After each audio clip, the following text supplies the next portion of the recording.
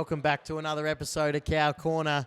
Cozzy, we're down here at a bloke that's hitting a lot of runs at the moment, down here at his bar, and I'll tell you what, for Friday afternoon, there's plenty happening. Yeah, Friday afternoon on the parade, it's the place to be at the moment. Yeah, no, down here, Callum Ferguson's pub at the Stones Throw. It's an absolute beauty, and with us we got a very exciting cricketer and really coming into his gear at the moment with the BBL coming up. It's South Australian cricketer Alex Ross. And Rossi, head off to Sydney early in the week and start getting prepared for the Thunder, mate. Yeah, that's right. Can't wait. Bit of a change of gears, as you said. So be a nice freshen up for all the boys, and can't wait to get underway with the Thunder. And thanks, Ferg, for your tab on the beers. And so can't wait to get underway. Mate, let's just quickly, before we get into the international stuff, talk about you've spent the last couple of years with the Brisbane Heat. How's it been now excited to head up to Sydney for a bit of a change of scenery as well? Yeah, that should be exciting. It's my second change now. I played for Strikers first, Brisbane second, and then now to the Thunder. Ferg was a big part of the reason I moved, and he got in touch with me very early. So really excited to hopefully play a big role for Sydney, and it should be good. It'd be good having a skipper ring you as well, Ferg, captain of the Sydney Thunder this year as well. So it'd be great to see Rossi sweeping left, right and centre. So, yeah, looking good, the Thunder. That's it. Very much known for batting with that broom, Rossi, as well. It does enjoy a sweep. But, lads, let's get straight into what was a very exciting test match with international news.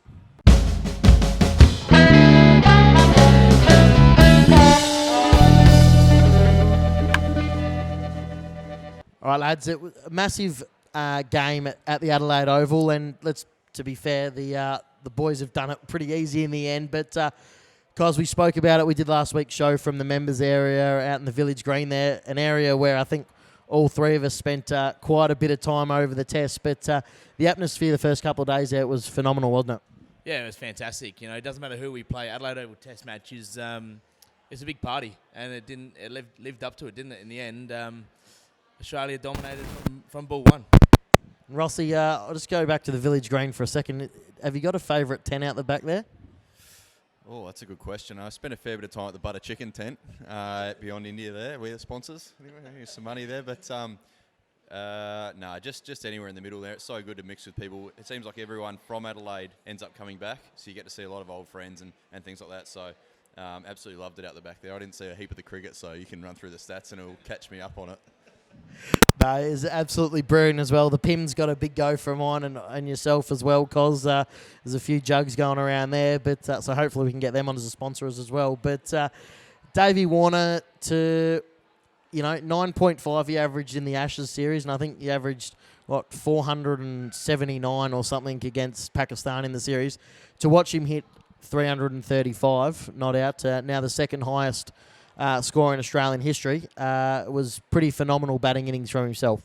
Yeah, definitely that 9.5 now. It doesn't matter. He's covered that off easily. His average has gone from 40 to probably 45. It's gone up. So it was magnificent. It's great to see Davey back and firing. New Zealand, watch out, because I reckon Smith is due a couple of big ones as well. So Australian cricket couldn't be in a better place at the moment. Yeah, it was phenomenal, and we better touch on it. A good friend of all of ours, and your skipper at state level, Rossi, when he's back in Travis Head. Poor fella, just he got stuck with deep square leg to deep square leg duties for the entire test match. Yeah, well, Trav, just same pay, no pressure. We talk about he had an easier job than the 12th man this game, so people saying he'd be upset. I think he'd be a pretty happy man after this one, so good win for Australia. Big one. I think the big one for Travers, he didn't get the applause. Like, you remember Buffer walking out, and you remember Dizzy going and getting the ball. Like, the SA crowd go nuts. He didn't even get that. Didn't get a catch. Maybe got it when he fielded one, but I don't reckon he fielded too many either. So that's probably the only thing he missed out on. Yeah, I know the crowd were waiting for it, but as Rossi said, same pay, less pressure. So I don't mind that at all. And the bowling unit, boys, we talk about it all the time, Cozzy. It's got to be one of the best in the world. Probably bowling a little bit quicker than the Pakis were, the Pakistan boys were as well. But the boys, Stark, he loves the pink ball, doesn't he? Yeah, he does. He's a fantastic bowler. He's bowling so well this summer.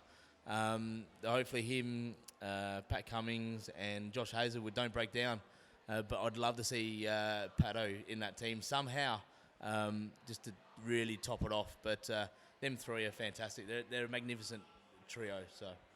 Yeah, and Rossi obviously had to face plenty of those bowling attacks as well, and the GOAT he couldn't get a wicket in the first one. All the quicks did the work early, but to get a fifer in the second innings, very rewarding for one of the best. Yeah, he's unbelievable. As a right arm off spinner, generally it's quite tough to bowl to most right-handed players, but he makes a lot of them look silly. And well, we could probably drop Trav to get Pato in, but it's probably a bit controversial.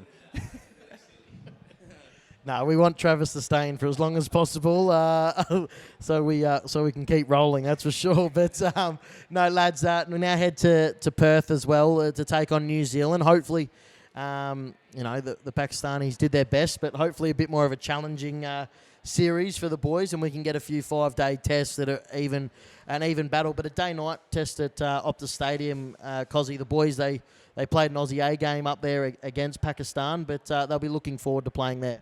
Yeah, definitely. I think it's a fantastic stadium. It looks magnificent from the photos you see. So New Zealand pink ball, they should swing it around a bit. So it would be a different challenge for Australia. I think Pakistan weren't quite at their best, but New Zealand just knocked off England, and they're the second best team in the world at the moment. So it's going to be a good test. It's going to be excellent. Rossi, have you been able to play on Optus Stadium yet?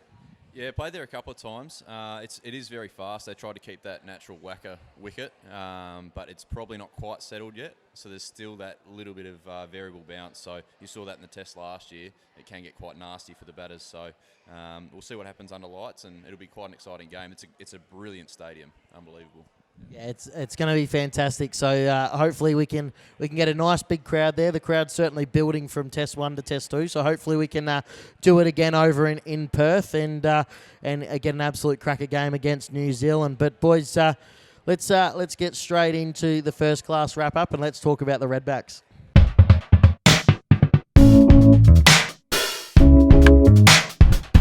All right, we've got the first class wrap up, and Cos. The Redbacks, they've gone over against WA, and they've just fallen short again in another game. Yeah, they're building.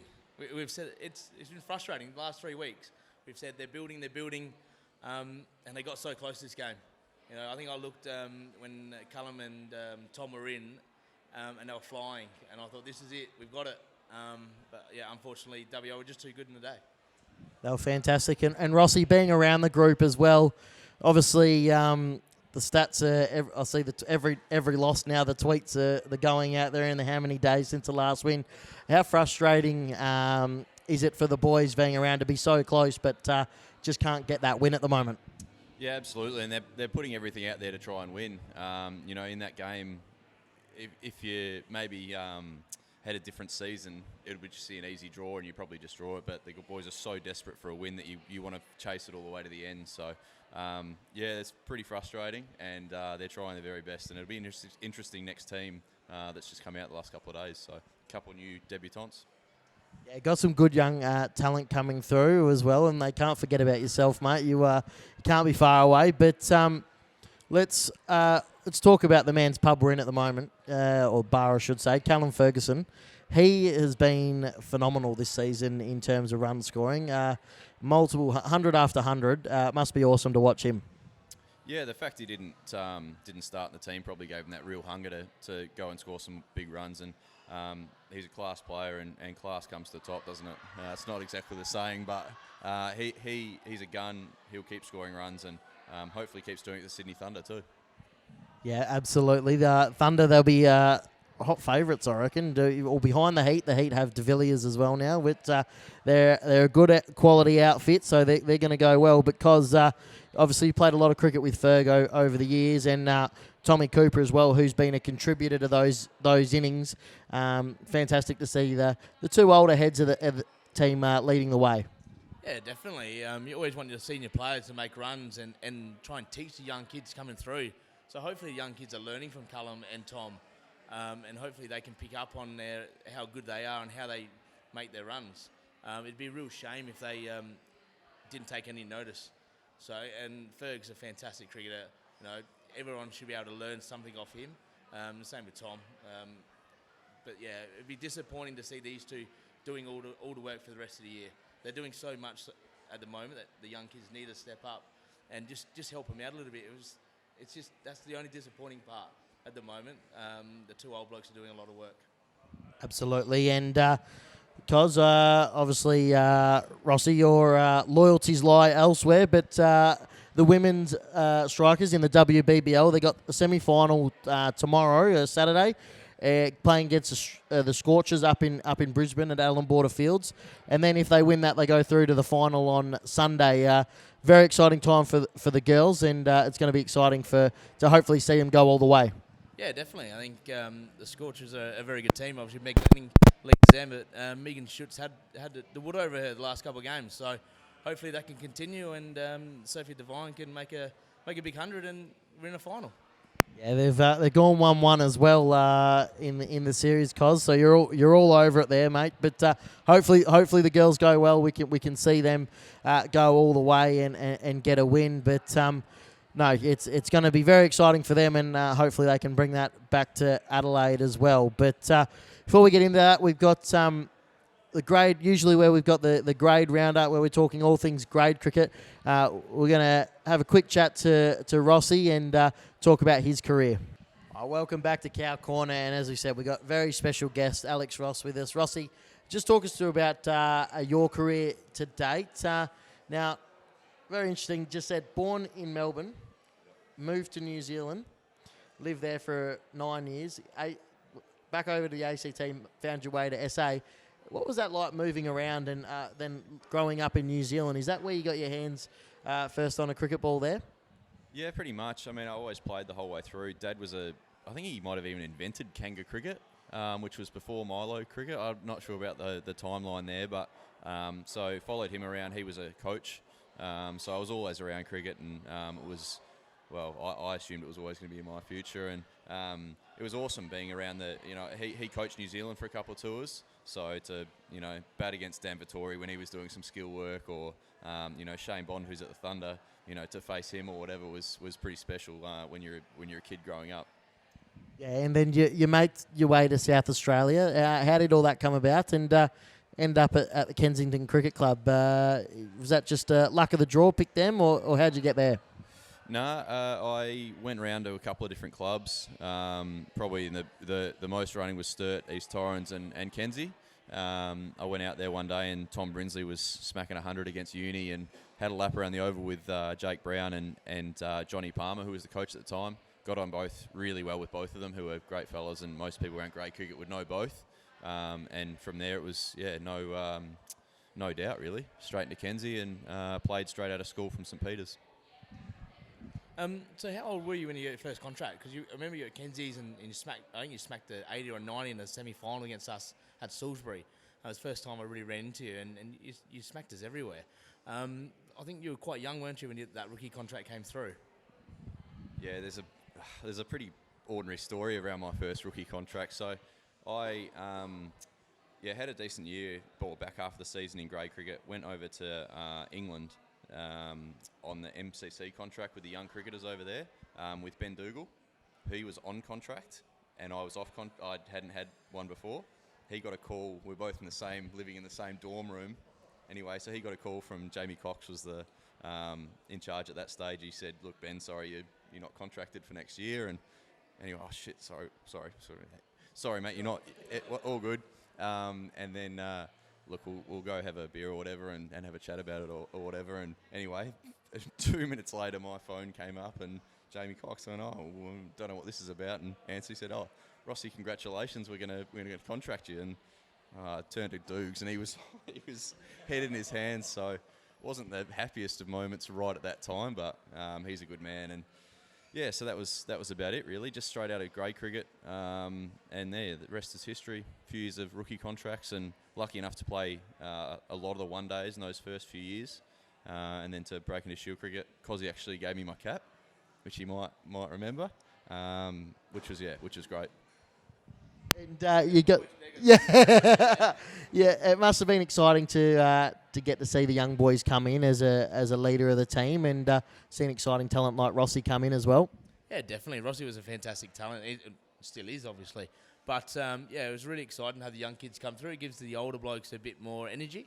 You have the young kid, and having Rossi standing at point, diving around, is a fantastic fielder. So you can sort of hide yourself in the second slip. So have the young kids running around. It's always nice to have your debutant, and to present his cap was very nervous, but really exciting for myself. Now, I believe you've got a Bradman Young Cricketer of the Year. It must have been very exciting for yourself. I believe I'm sitting in royalty for that award as well, but must have been exciting and a real honour to win that award as well, after named after one of the greatest of all time for Australia. Yeah, that was very special. An incredible award, and even better that it was voted by the players. Guys that you play against day in, day out, you're getting sledged by all these guys who have played for Australia, and then at the end of the day, they might think I'm all right. So that was pretty cool. Unfortunately, got the burden of having not played yet for Australia. I think everyone else on the list has, so that's the one thing I've got to try and catch up on. But yeah, no, very, very cool. Amazing award, and even the trophy, the signed Bradman bat, is sitting at home right on the top of the mantle, so very cool. Yeah, it's a pretty good award, obviously. I think we had 4 out of 5 at one stage. I think Tatey won it. I think I won it, and Dan Cullen won it 3 years in a row. And I think you got it a couple of years later. So SA had some really good young cricketers coming through. So hopefully we get back to that stage, because you get their group together can really lead a state. No, we've had a lot of great cricketers come out of South Australia. And Rossi, let's just talk a little bit about when it comes around. You started with BBL, started with the Strikers. How did the option to go to Brisbane come up? And was it just a change of scenery for you when it came around to 2020? What was it like to leave your home state and all your mates and then go up to Brisbane for 8 weeks to play up there with those boys? Yeah, it's quite different the way that Big Bash works. I suppose because it's franchise, you don't have to think about shifting your life. Franchises are very good at getting you in and being very receptive to your needs and that sort of thing when you move. So that was never really such an issue, leaving mates behind, because I knew I was coming home. But it really just came about with opportunity. Brisbane at the time had spots at the top of the order. It's very hard to keep pushing your name forward at 6. Although it's quite a specialised spot, it's hard to really, score a lot of runs. So that was a big part of it. There's all the contract stuff that goes up with it too, which at the time I was quite naive to. All of a sudden there's phone calls swinging around and all sorts of stuff. So you make those decisions pretty quickly when you think about it. So loved Adelaide, loved playing there, loved the guys. Dizzy was awesome as a coach, and he was great, and even me leaving, so that was great. And then loved Brisbane, and then now it's just a change of scenery again. And again, with opportunity comes a move. The big thing I took out of you move to Brisbane is fishing. You love your fishing. Adelaide, it's decent fishing here, but Brisbane, different class. And all I see is Rossi when he goes to Brisbane just fishing every weekend. So for me, lifestyle must have been a big choice of that decision as well. Yeah, everywhere's pretty good around Christmas, and 3 of the 4 of the boys up there love their fishing, so that was a big part of it. Lifestyle was great, but they play golf everywhere as well, so there's lots of lifestyle decisions to be made too. How do you go hitting them off the sticks? You got a handicap? I do have a handicap. It's drifting quickly. I got down to about 10, 11. Changed my swing through one of the coaches at Cooey, actually one of Ferg's mates, John Corbett, and just trying to wrestle with that at the moment and sliding quickly. So I'm about 13 or 14 now. How do you go against your state skipper, Travis Head? He's rates himself very, very highly on the golf course. Do you get the wood over him ever? Unfortunately, we play a similar type game and just try and hit it as far as we can off the tee, and it generally goes sideways. And then it's just who can get back to the green the best. He's off about 8 or 9, so he's better than me. But he's quite he's a very exciting 8 or 9. Most of those guys are pretty boring to play with, but he's exciting. I have no doubt at all. And touch on him to play under Travis for a period of time. Obviously, good mates, very close mates, but to play under someone like him, what's he actually like as a skipper? We probably see him in a different light when he's off duties, but what's he actually like as a skipper on the field with his knowledge and setting up the game as well? He's surprisingly really good. Like you were saying, you wouldn't expect it. I think Tim Payne on the Channel 7 commentary said he's just a bogan from Adelaide, which he is. But no, he's captaincy's grown too. He's been really good in the last couple of years, and I've been very impressed with his captaincy. Yeah, and surprised. And have the boys given him too much stick about his statless sheet? I know a few of our mates have sent in a few memes and whatnot to him, but have the boys said too much to him, or they've just kept quiet so they can still be up for selection? Not really, no. As I said before, it's a perfect game.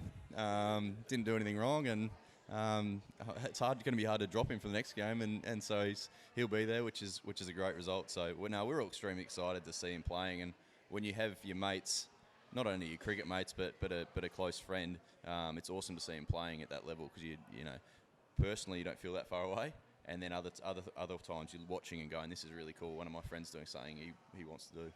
Yeah, the boys, Cos, have quickly reminded me that I've had many games like that, but the problem was I batted. Well, I batted, I bowled, and I dropped 3 catches. But that's what happens. So they've put myself and Travis together, so I'll wear that at the moment. But we've also got the opportunity to go over and play 2020 in the Caribbean as well. What was that like? That would have been party central over there, it looks like. Yeah, that's one of my fondest memories in cricket, or non-memories. One of the, I think that's what they call it. Their slogan is the biggest party in cricket, and it is the greatest time. The teams basically travel. There's 5 or 6 teams, and they travel to each destination, and so you end up being with those 5 or 6 different, sets of 16 players, and so you're sitting there at the bar, and Kumar Sangakkara walks in and goes, "Rossi, you want a drink?" And you want a drink, and Linny was there, and Zamps, and so it literally just became 50 mates for 5 weeks travelling across different places. One team was playing one night, and it was one of the greatest things I'll look back on from my cricket career, without a doubt. Loved it. No, Rossi, look, thank you very much for joining us. All the best heading off to Sydney with the Thunder, mate, and get plenty of runs, and we'll see the commentators. They love that sweep shot. I'll ask you before we finish. Is that just one of your favourite shots, or was that a way of trying to negate the spinners? Because the commentators got onto it, and it was almost the Alex Ross shot. You're batting with a broom. Yeah, Damien Fleming's either cursed me or blessed me. I'm not sure yet. I'll wait till my career finishes. I might be able to get something out of it. No, it was just a means to an end, I guess. It all came about at Adelaide Oval, short square boundaries, and it was so easy to manipulate the field as soon as you could bring the straight guys up and try and score square quickly. So not really, just sort of suited the ground and the way that it all happened, and I guess it's just been a shot that I've used when I was a bit shorter and not as strong as well. You can use the pace on the ball, so no, it's less calculated than probably what it looks. And I will ask one more. The nickname Prawny, where has that come from? What does Prawny mean? It sounds like Travis has set you up for that, is he? Well, it's pretty easy what it means. It's you keep the body and throw away the head when you eat a prawn. So take from that what you like. Unfortunately, the worst thing about the nickname is Jake Lehman gave it to me, and I mean he's not much better on the eye. So no, he hasn't got either. I tried to call him Catfish for a while because you don't eat either the body or the head. So it didn't work. Rossi, thank you very much for joining us on Cow Corner. All the best, and hope you get plenty of runs and we can catch up with you after the BBL. Thanks, guys, and stick around. We'll be back for the Ace Country Cricketer of the Week. All right, we got the Ace Country Cricketer of the Week, brought to you by acecricket.com.au. Jump onto the website today to get your Ace cricket bat as well. It's fantastic because they look after a lot of the boys, and they do a good effort, Fricky and the team there. Yeah, the Frick brothers are fantastic with country cricket. Their gear is fantastic. So if you're around Port Lincoln or anywhere around there, or get online and acecricket.com, no doubt, and get some gear. Yeah, well, we've had some big performance, and for the first week ever, it's not 105-er.